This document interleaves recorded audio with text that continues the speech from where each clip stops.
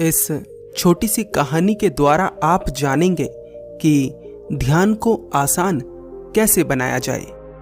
गौतम बुद्ध ने लगातार 6 वर्षों तक ध्यान को आसान बनाने का प्रयास करा।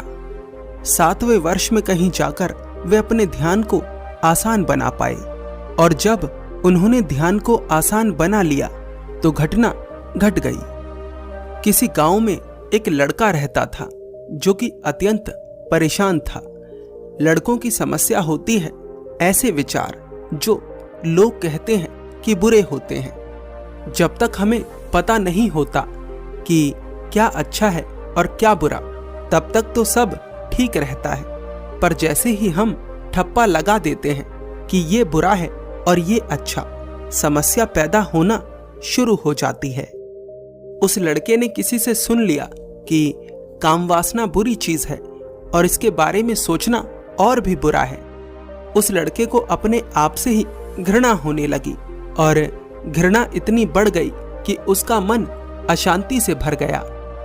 जब मन की अशांति बढ़ती है तो इसे शांत करने का विचार भी पैदा होता है, और मन को शांत करने का जो विकल्प हमें नजर आता है उसका नाम ध्यान होता है। उस लड़के को भी किसी के द्वारा पता चलता है कि ध्यान के द्वारा हम अपने विचलित मन को शांत कर सकते हैं, स्थिर कर सकते हैं। अब ध्यान करने में एक समस्या है। अगर आप ध्यान करने का सही तरीका नहीं समझते या ध्यान क्या है इस बात को सही से नहीं समझते, तो इसके द्वारा आपके मन की अशांति बढ़ जाती है। आपने प्रयास करा कि मन की अशांति कम हो जाए, लेकिन ध्यान करने से मन की अशांति बढ़ गई, जिसके कारण लोग ध्यान को बुरा समझने लगते हैं। उस लड़के के साथ भी ऐसा ही होता है। वह ध्यान करने का प्रयास करता है और ध्यान नहीं होता। ध्यान भला करने की चीज थोड़ी है, ये तो अपने आप होता है। बस आपको खुद को तैयार करना होता है। लगातार लंबे समय तक प्रयास करने के बाद उस लड़के ने मान लिया कि ध्यान समाधान नहीं है। ध्यान के द्वारा मन को शांत नहीं किया जा सकता। फिर उसे किसी ने बताया कि यहाँ से कुछ दूर एक पहाड़ी पर एक संत रहते हैं। वे एक ध्यानी हैं, और अगर तुम उनसे ध्यान सीखो तो तुम्हें अपने मन की अशांति से छुटकारा अवश्य मिलेगा। लड़का सोचता है कि इतना प्रयास तो कर ही चुका हूं, एक और प्रयास करने में क्या समस्या है। वह लड़का उन सन्यासी से मिलने के लिए निकल पड़ता है। पहाड़ की ऊंची चढ़ाई होती है, पर लड़का अपने दृढ़ संकल्प के साथ उस चढ़ाई को चढ़ जाता है। थका हारा वह लड़का उन संत के पास पहुंचता है और कहता है, मुझे ध्यान सीखना है, क्या आप मुझे सिखा सकते हैं? मैं बहुत सारे प्रयास कर चुका हूं। वे संत मुस्कुराते हैं और कहते हैं, पहले थोड़ी देर आराम कर लो, इतनी लंबी चढ़ाई चढ़ी है, थक गए होगे। वह लड़का कहता है, मेरी थकावट तभी दूर होगी जब मुझे मेरा उत्तर मिल जाएगा। वे संत एक वृक्ष के नीचे बैठे थे जो हवाओं से डोल रहा था, मानो हवाएं उसे नचा रही हों। उसके सुगंधित फूल चारों तरफ सुगंध फैला रहे थे। वे संत उस लड़के से पूछते हैं, तुम्हें इस वृक्ष को देखकर क्या समझ आता है?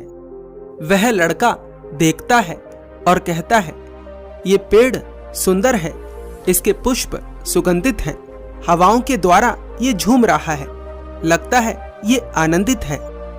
वे संत मुस्कुराते हैं और कहते हैं, बस यही ध्यान है। ये वृक्ष इसलिए नहीं नाच रहा कि इसे नाचना चाहिए, इसके पुष्प सुगंध इसलिए नहीं फैला रहे कि इसे सुगंध फैलानी चाहिए, ये प्रसन्न इसलिए नहीं दिख रहा कि इसे प्रसन्न रहना चाहिए। ये बस है, जो हो रहा है ये उसके प्रति समर्पित है, इसकी खुद की कोई इच्छा नहीं, बस यही ध्यान है। जब तुम ध्यान में बैठते हो तो अपनी समस्याओं के बोझ को लेकर बैठते हो, सोचते हो कि ये भी समस्या हल हो जाए, ये भी समस्या हल हो जाए, ये भी समस्या हल हो जाए। इस तरह से तुम ध्यान नहीं करते अपनी समस्याओं में ही उलझे रहते हो।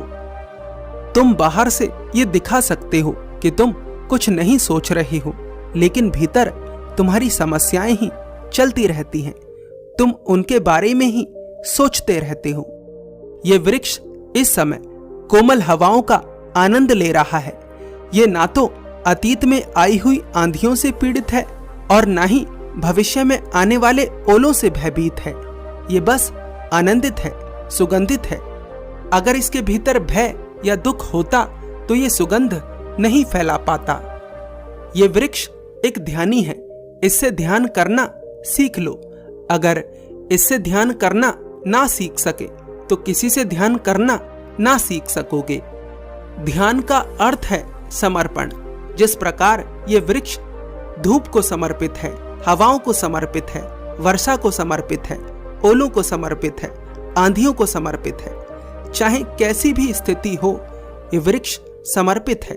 ध्यान भी ऐसा ही है। चाहे कैसा भी विचार हो, चाहे कैसी भी भावनाएं हो, जिस प्रकार ये वृक्ष स्थिर रहता है, उसी प्रकार एक ध्यानी भी स्थिर रहता है। तुम कैसे बैठे हो, कैसे सांस ले रहे हो, इससे भी ज्यादा आवश्यक है कि तुम्हारे भीतर के भाव कैसे हैं। क्या तुम बाहर पक्षियों की आवाज को सुनकर आनंदित हो रहे हो? क्या तुम्हें बाहर की कोमल हवाएं आंदोलित कर रही हैं? क्या तुम इस प्रकृति के सुर को सुनकर झूम रहे हो?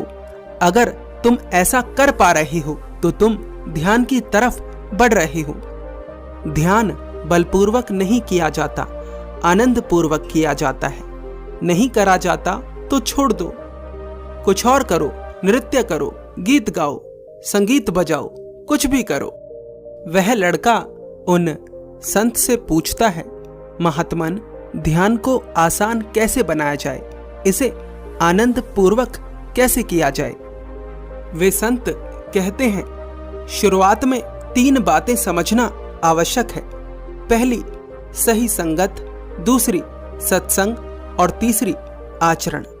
सही संगत का अर्थ है ध्यानियों के साथ रहो, ऐसे लोगों के साथ रहो जो आनंद के साथ ध्यान में आगे बढ़ रहे हैं।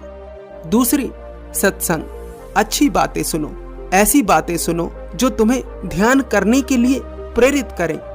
तीसरा आचरण। आचरण में आता है करुणा से जीना, ब्रह्मचर्य का पालन करना, किसी के लिए बुरा ना करना, सात्विक भोजन करना। अगर हर समय ध्यान नहीं करा जाता तो जबरदस्ती प्रयास मत करो, पर उस समय ध्यान से मत चूकना जब भीतर से आनंद उमड़ रहा हो, जब भीतर से आनंद बिखर रहा हो। उस समय ध्यान से मत चूकना, यही सूत्र है। क्योंकि एक बार जिसने ध्यान का स्वाद चख लिया, वह ध्यान करना नहीं छोड़ सकता। इस कहानी से हम सीखते हैं कि ध्यान को जबरदस्ती नहीं किया जा सकता। जब हम अपने भीतर के आनंद को अनुभव करते हैं, जब हम बाहर के आनंद को महसूस करते हैं, तो ध्यान अपने आप ही होता है। हर समय ध्यान करना आवश्यक नहीं है, लेकिन आनंद के क्षण में ध्यान अवश्य करना चाहिए, क्योंकि ध्यान ही आनंद है और आनंद की पहली झलक एक आनंदित व्यक्ति ही पा सकता है। इस कहानी से आप और क्या सीखते हैं, हमें कमेंट कर जरूर बताएं। धन्यवाद।